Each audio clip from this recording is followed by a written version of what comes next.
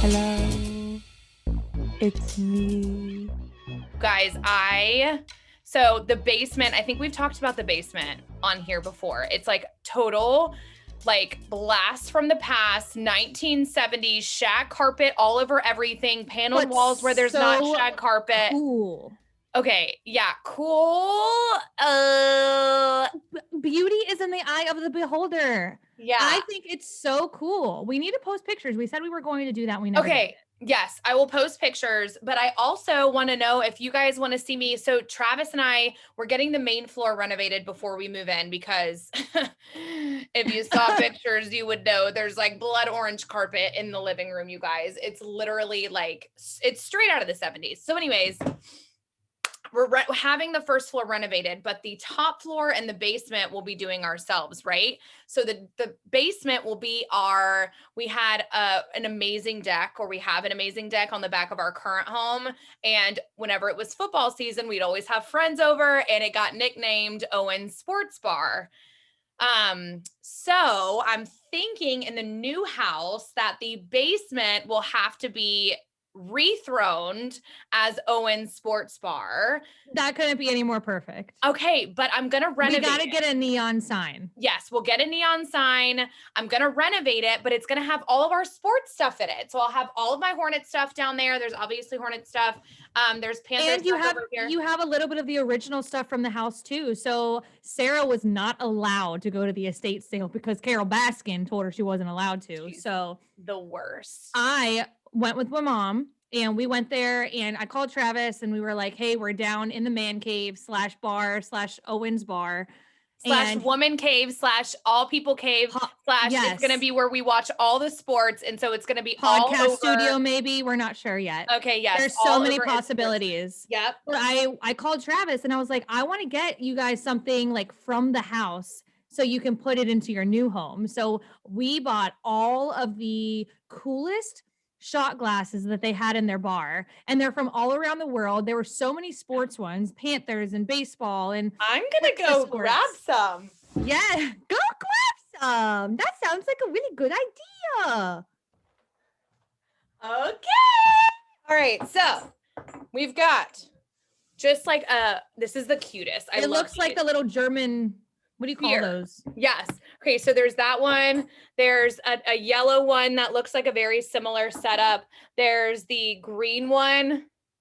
Again, similar setup. There's another clear one. Similar setup. Cute. Here, enter the sports realm. Boom. It's a baseball. Talk about like being impossible to drink out of, but it's just a really cool shot glass. I had it upside down. I know. This is the bottom. Here's the bottom. This is the top. And this is literally what you're supposed to take a shot out of. It looks like a mini fishbowl. You just took the words out of my mouth. I was just about to say that. Yeah. So a tiny little baby fishbowl. We've got, okay, obviously they went to Germany a lot because that one's just really cute. Another little like beer stein shot glass. We've got the Panthers shot glass. Boop, boop. Duh, we couldn't pass that one up. We've got the Chicago Bulls one. That one's really cool. And I need to go back to this baseball one because you guys, we have a very special guest, and it's not my dog. Nelly, you're not invited to the party. Nelly. She out. Yeah, because her dad called her. Anyway, we've got a very special guest today because a very dramatic play happened in baseball. I don't even know when it was, but everybody was like blowing me up about it. And I was like, y'all know, I don't really watch baseball like that. So bring in Steve, the baseball guy, because he's going to tell us. I am seriously so excited. So he's going to bring it on. And then Christine has not even watched the play yet. So she's going to watch the play on her phone and then react to it. Oh my gosh, it's going to be so amazing. But before Steve, the baseball guy, joins us, Christine, the biggest event that happened in sports last week was the Masters. The Masters, yes. Exactly. Yes. And it was a big deal because the very, very first man to ever win for Japan won. I know. And I love him so much. Sarah, Christine. my favorite response after he won and in his interview, they were asking him how it made him feel, and he goes, "It made me happy." That was it. I mean, just to the point. It made me really happy. It made me happy. No, I remember because he was like, I don't need an interpreter for this, because he had an interpreter the entire time, Yeah. right? Because he Mhm. speaks Japanese, and the interpreter was with him when he was getting his green jacket. And so during the press conference, he was like, I like don't need an interpreter for this. And it was like, what did he say? It made me happy. It made me happy. My heart melts. How do I you love him so feel? much. Or Okay, maybe it was so like, I feel happy. Something along those lines, just very, very to the point. yes, I seriously like I love him so much. Okay, so his name, the winner of the Masters is Hideki Matsuyama, Mhm. and he is from Japan, and he is seriously like he just walks around and he's just the happiest. I Like know. It makes you just kind of want to give him a hug through the TV. Chris, I watched him, like I watched the Masters all 4 days, and he did not look stressed once. Like It's probably why he won. not once. He was just literally happy as a clam to be there, just walking around with a smile on his face. Like he'd hit a terrible shot, still smiling. He'd hit it in the water, still smiling. I was like, God, what does this We guy need some eat? more of that. What does he eat for breakfast? Because I want to start eating it. He's eating those Wheaties. Share with me your nutrition routine, Hideki Matsuyama, because I need a little bit of that positivity in my life. If you're able to stay that calm and happy during, the 4 days of the most stressful golf tournament and like Well, all of too, 2021. so whenever I was looking and researching and preparing for this podcast, I was looking up Hideki Matsuyama and just a little bit of background on him. But the live broadcasting came up for the Japanese broadcasters that were broadcasting the Masters for Masters. Japan, and Yes. they were in tears on national television. Like it was so cute. They were so proud of him, and Matsuyama was saying, he was like, I just hope that this brings more awareness to the game of golf in Japan, because it's a big deal, but it's not as big of a deal as it is in the States. So he's hoping, because he won, he'll see more of the younger generation in Japan playing out or getting out and playing the game. Yeah, I know for sure. So it's really big in Japan for women. So there's a lot of Japanese women who play golf, but not as many Japanese men.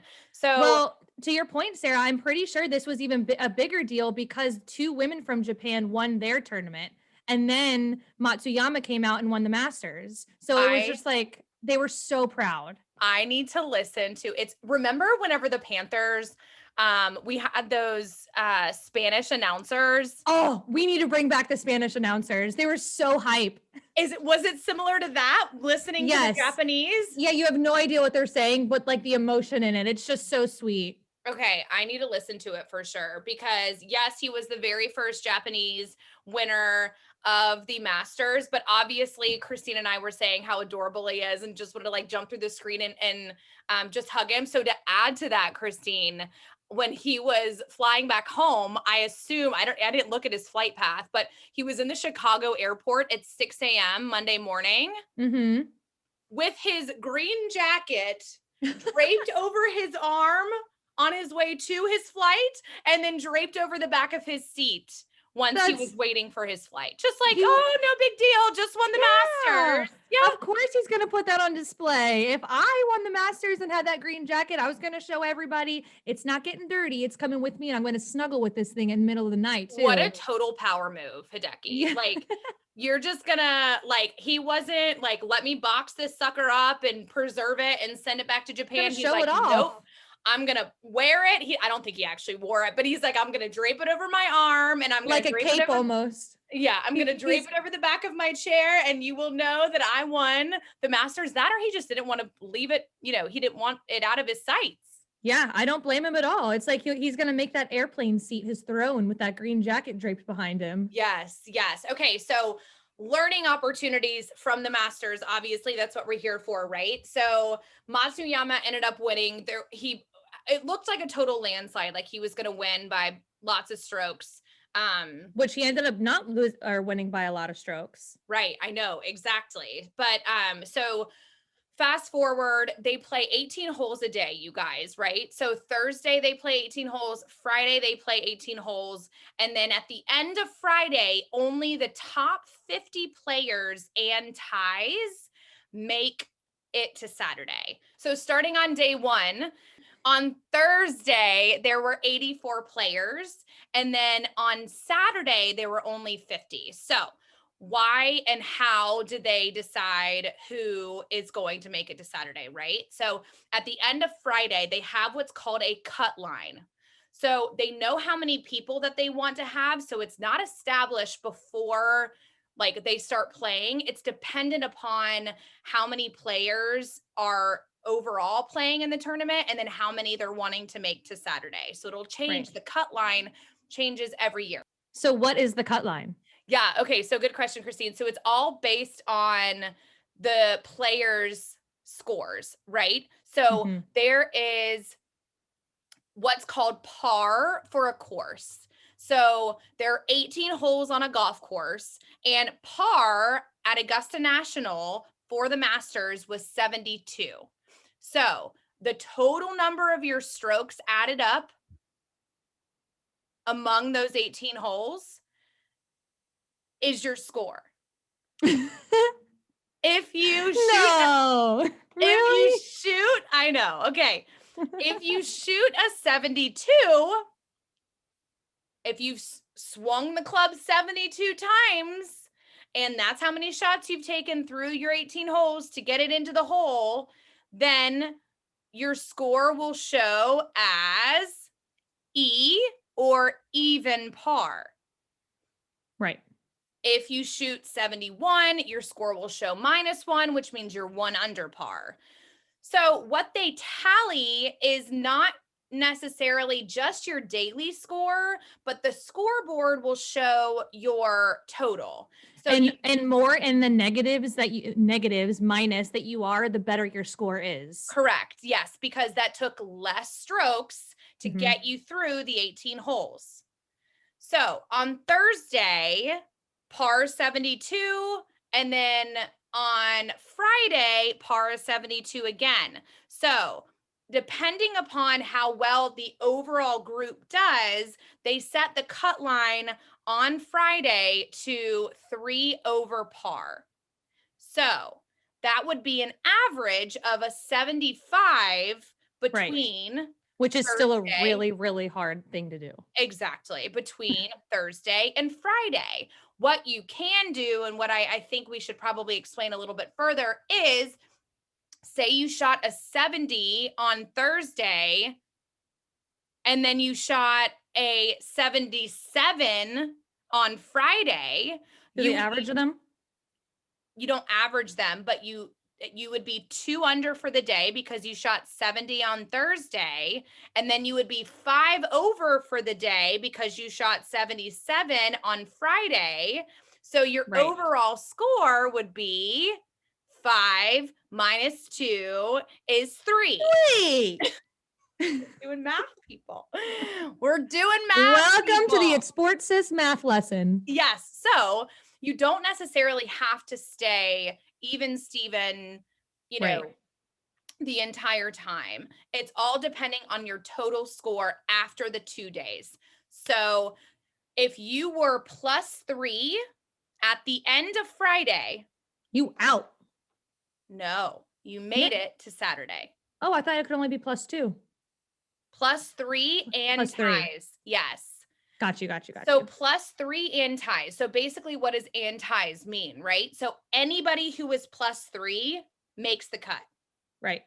Even if it's over 50 people, they all make the cut. So +3 was the goal. I'll tell you one person that I was surprised to not see make the cut was Dustin Johnson because he won the Masters the year before. I was cheering for him and I'm like, Dustin, where are you? I know. The only next time we saw him was when he was putting the green jacket on Hideki's back. So yeah, he didn't make the cut. he did not make the cut. Exactly. So he ended up shooting like 5 over after Friday and missed the cut, obviously, by 2 strokes because again, the cut line was 3 over. So fast forward, Hideki was ahead the entire the entire week, Thursday, Friday, Saturday, and then into Sunday. I think Justin Rose was ahead, but I mean, Hideki pulled ahead on Saturday and kind of stayed ahead, right? Until like the last 4 holes of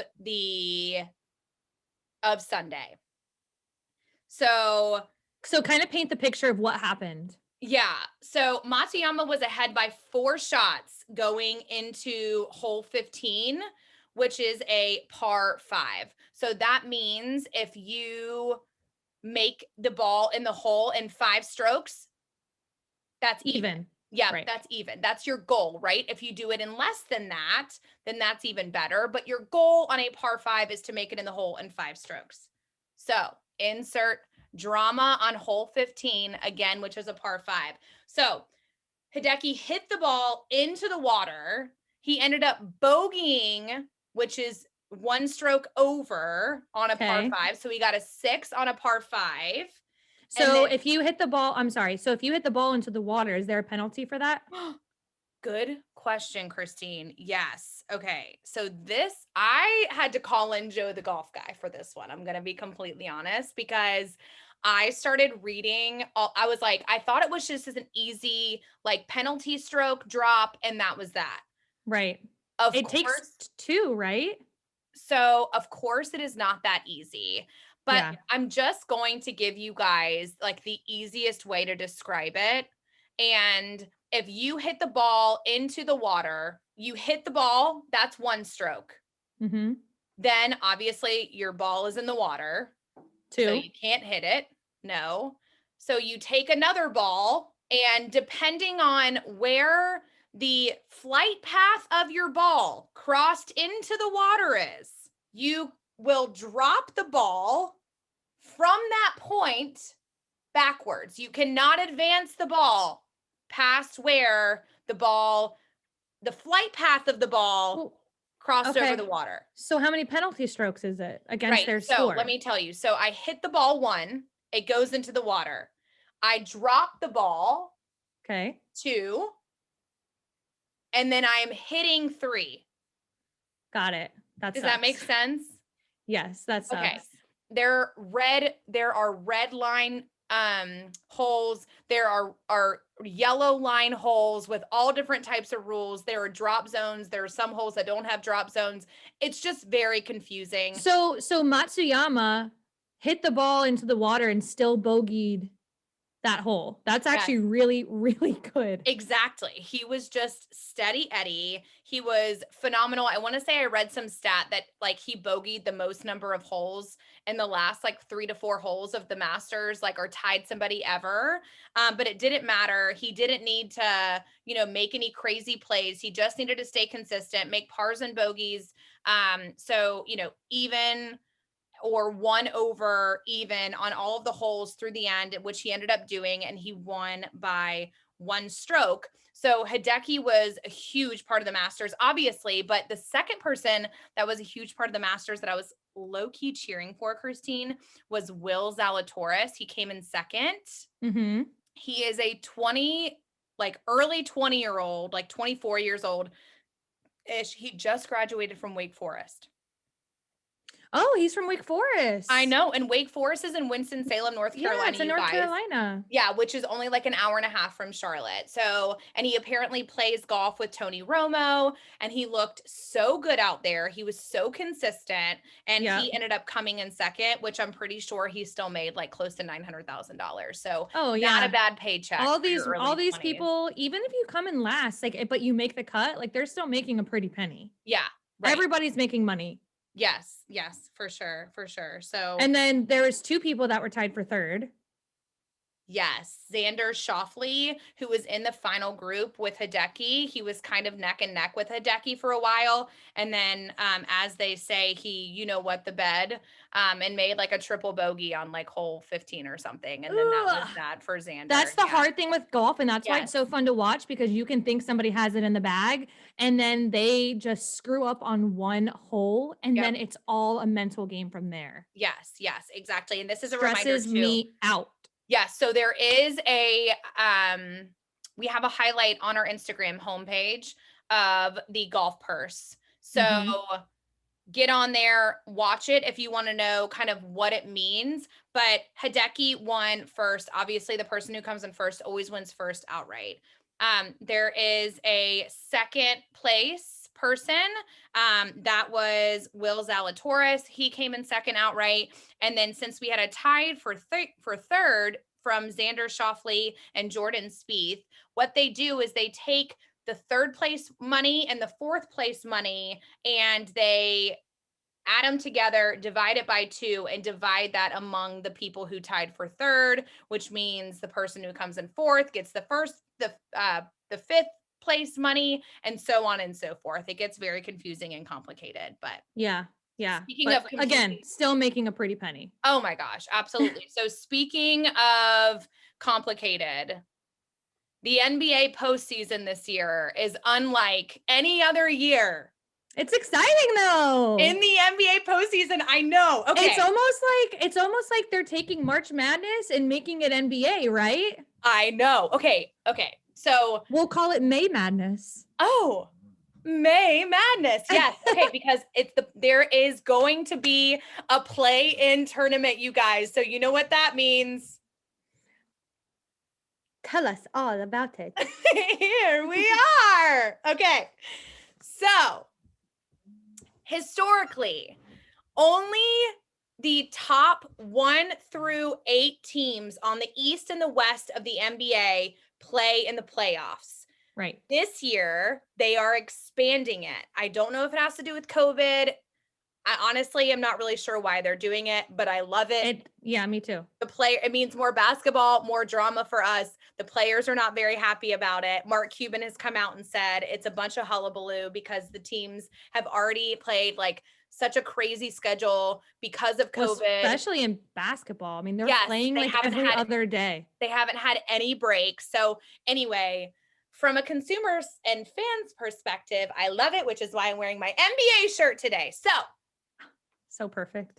Play in games for the NBA. So the first thing that we need to know is how many more games are in the regular season. So there's close to 10 games left in the regular season. And these last 10 games. From this point on. From this point on, yes. So the last 10 games, like because the NBA just came out with this official play-in tournament, is like, I feel like teams didn't really put that much stock in the regular season. And now they're like, oh, shoot. Like, I don't want to be in one of those play-in spots. So we better kick it into high gear and get out of one of those play-in spots. You hear that, Hornets? We need you to kick it into high gear and make it to one of those playoff spots. Yes. Okay. Yes. Okay. So what are the play-in games, right? So the play-in games this year are new. So historically, like I said, 1 through 8 on the East and the West make it to the playoffs. This year, they've expanded it. So what does that mean? This gets really confusing, you guys. But 9 will play 10 in a play-in game, okay? Right. This is for both the East and the West, okay? So 9 will play 10 in a play-in game. 7 will play 8 in a play-in game. Whoever wins the 7 versus 8 game gets entered into the playoffs as the 7 seed.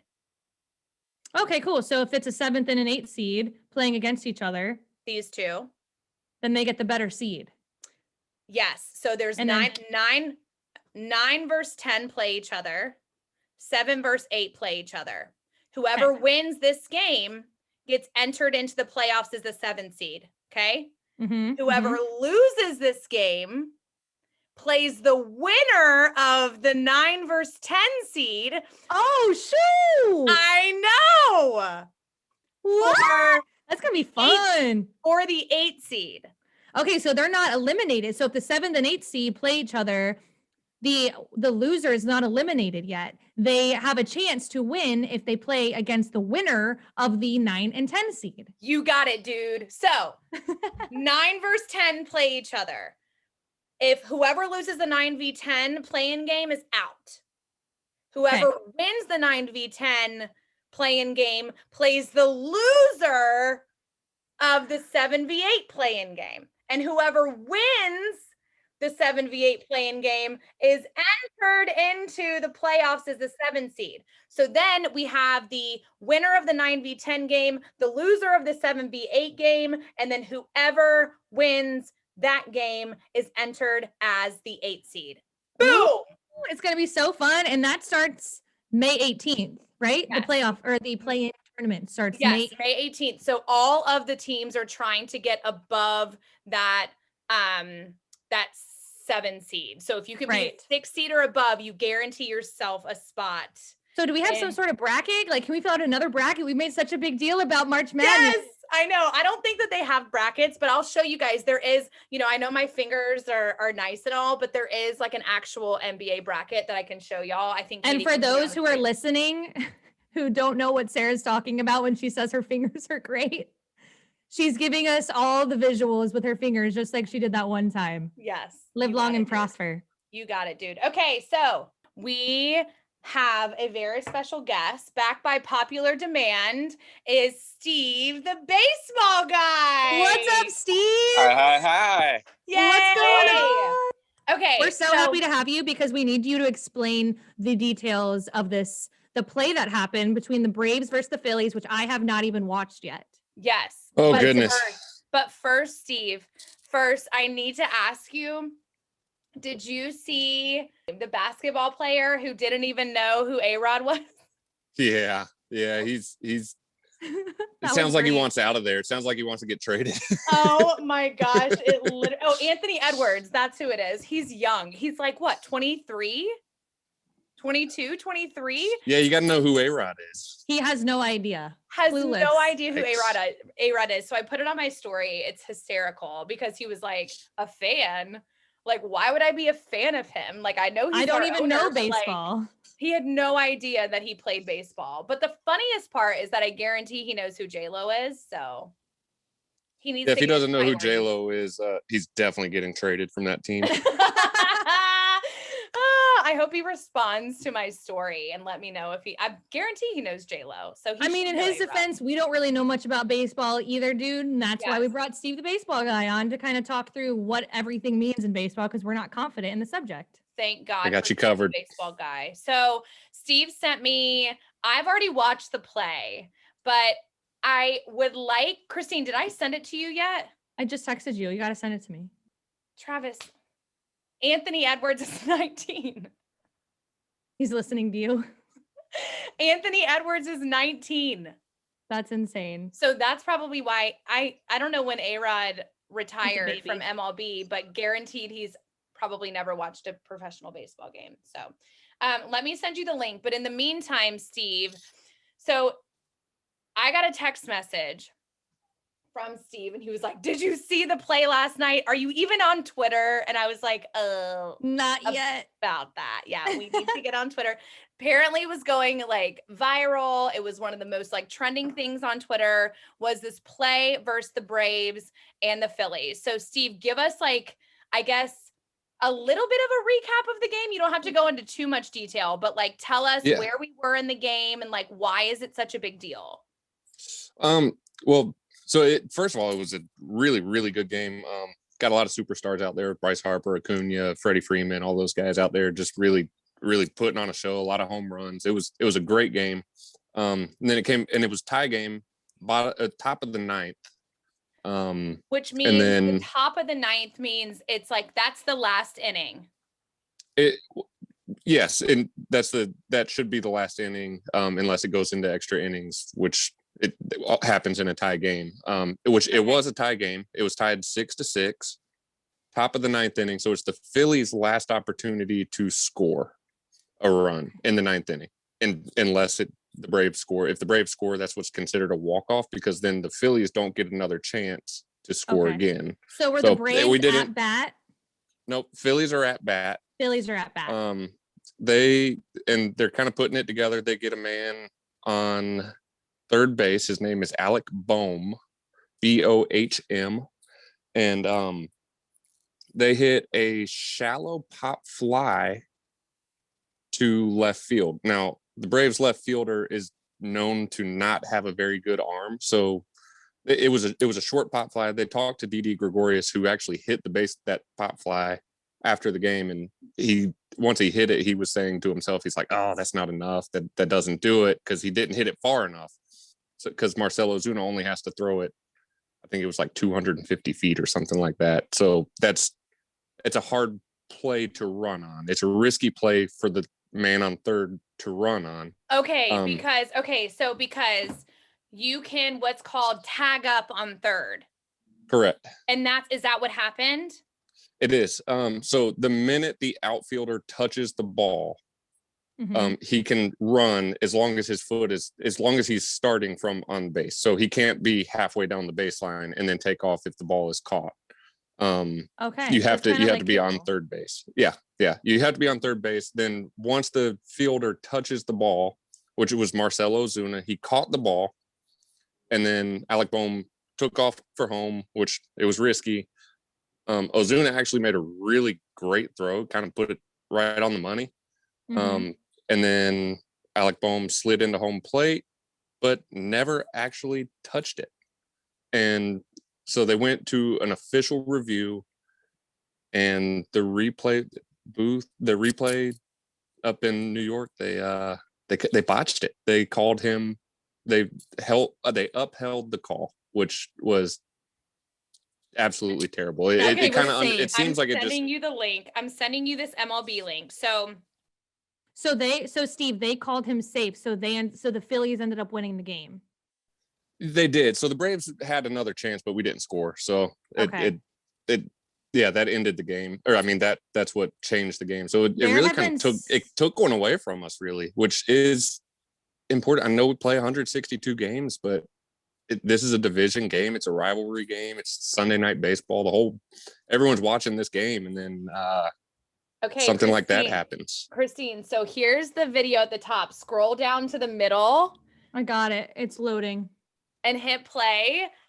It's 1 minute and 40 seconds long. So it's going to show you like the whole play that Steve just explained. And my initial reaction, which is not really a popular one.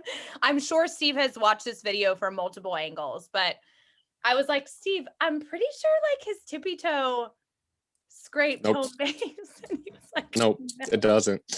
So they actually have views where they sync it up. Everything's timed perfectly.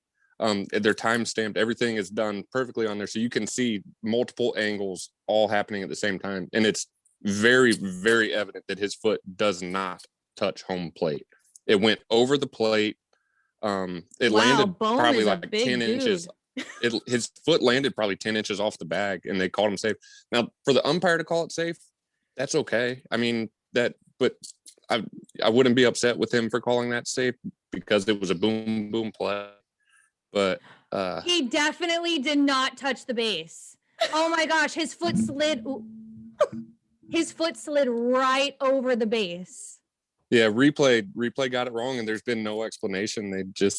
There's been no explanation. What's really funny though is that the next game, I think Monday night, there was a call. There was a runner sliding into second, stealing second.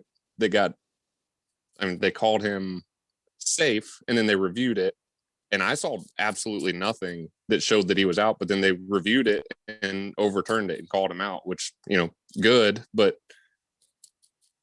there's no consistency. There was no angle to me, honestly, I thought he was safe. Okay, Christine, what do you think? Okay, it looks different from every angle. From one angle, it looks like his toe hit the base. Okay, that's what I saw. But initially when I first saw it, it looks like it floats it. Yes, it floats right over top of it. But it also looks like the base moves a little from whenever his toe touches it, but it's because the umpire is sliding in, I guess, and trying to get him out. I don't know. I don't know either. Okay, I think so how many angles do they have over these bases, Steve? Like, I'm thinking like football, right? They've got cameras literally everywhere, like pylon cams. They've got cameras like flying over the field. Like in baseball, I feel like there's not that many angles, are there? There are a lot of angles. There are. And I don't know if the replay, if in New York, if they have additional angles that weren't released, but they had enough angles. You can see that he did not touch that plate. And so the Braves lost. And mind you guys, Steve the baseball guy is a big Braves fan. If you are watching our YouTube channel right now, you will see that he comes prepared wearing his Braves shirt every time he's on our show. Yes. Yes, he does. So how are the Braves? I mean, I laughed this morning because Anthony Edwards was like, I don't know who A-Rod is, and I don't really watch baseball like that. And I'm like, ugh, like I'm trying, Steve, to watch baseball. But to be honest, like, I feel like Christine and I need to just like have you on like every like month or so just to give an update on like what's happened and what's going on. And then probably closer to the World Series and like the playoffs and like the postseason, whatever. I've already lost all the terminology. You got it. I'll start watching that. We need to revisit our own episode that we did with Steve the baseball guy that goes into breaks down the rules of baseball and everything that we need to know, that we need to actually learn ourselves. All right. Well, we'll have to ask you guys what you think, because we'll put the video here and you'll have to put in the comments below whether you think who was the guy who tagged up on third and ran home from the Phillies, Steve? Boom. Alec Bohm from the Phillies. Bohm. If you think Alec Bohm touched the base, or if you're on Team Sarah, I think he tippy-toed somehow. Then you're wrong. I know. Then you're wrong. I think a part of his toe touched. Or are you on Team Steve? And I don't know what Christine's decision is. Do you think he touched it? My initial reaction was like, he definitely didn't touch it until I saw it from like a weird angle. Are you on Team Steve and Christine that his foot floated and the umps and the refs in New York, wherever they are in La La Land, just got it completely wrong? Let us know. Steve, you're the best. Thank you for coming on and explaining that for us. Yes, that was wonderful. Thank you. Yes, thanks for having me, guys. Okay, talk to you later, Until Steve. next time. Well, we definitely couldn't do any of that without Steve. So honestly, he's the real MVP of this episode. Before we wrap up the episode, we do need to briefly mention Julian Edelman from the Patriots retired, Sarah. And this is a big deal because he was the wide receiver for the Patriots for 12 years. Guess what? What? I couldn't care any less. Well, here's the thing. This is why I think that we should probably talk about it, okay? It can be a little boring and people retire all the time. I hate the Patriots. I know. Well, everybody hates the Patriots unless you're a Patriots fan. Because Molly doesn't. Molly loves the Patriots. Sorry, Molly. Love you, Molly. Love you, Molly. Hate the Patriots, but love you. So it's a big deal too, because I mean, he's definitely going to go into the Hall of Fame because I don't think he will. I do. We'll of course, see. I definitely think he's going to make it to the Hall of Fame. His stats are amazing. Remember, you guys, I feel like we've talked about the Hall of Fame a bunch. We actually did like a whole episode on the Hall of Fame. You are not even able to be entered into the Hall of Fame until 5 years after you retire. So we won't know for another 5 years. So his contract was terminated and then he decided to retire, but it was terminated due to a failed physical, which really just means that because he was injured all of last season with an injured knee. He was only out for half the games. He played half the games, but still did surprisingly well for being in with a hurt knee. But he just decided it was time for him to retire. They terminated his contract due to a failed physical. And the reason they did that is because he now is eligible for the injury protection benefit, which just means that he can collect up to $2 million through that benefit. Yeah. So that's the reason that they gave him a failed physical whenever they knew he wanted to retire. It was part of the technicality of as part of his retirement. So he didn't really fail the physical? I think that because he's got a hurt knee, it was more so like, okay, you're not really eligible. We're going to fail you on this because you can't like perform. So yeah. And we're going to pay you. So happy retirement. Exactly. Got it. So he came out and had this really elaborate YouTube video that was like 6 minutes long about him sitting in the stadium. It was really dramatic. He came out and said he was retiring, and it had like 15 million views. Cool. Because obviously, Sarah, it's a big deal. 15 million people watched it. Cool. All right, cool. Cool. Like, yay, Julian Edelman. Like, I've literally done nothing but cheer against him my entire life. So I'm like, cool, yay. Like, I mean, obviously, Bye. in the NFL for 12 years is very impressive or whatever, but well, that's Bye. everything. That's everything. We don't really have anything else to talk about on this episode of It's Sports Sis. So we love you guys. Thank you for tuning in. Make sure you subscribe to our YouTube channel, follow us on Instagram, and we'll see you next week. Bye.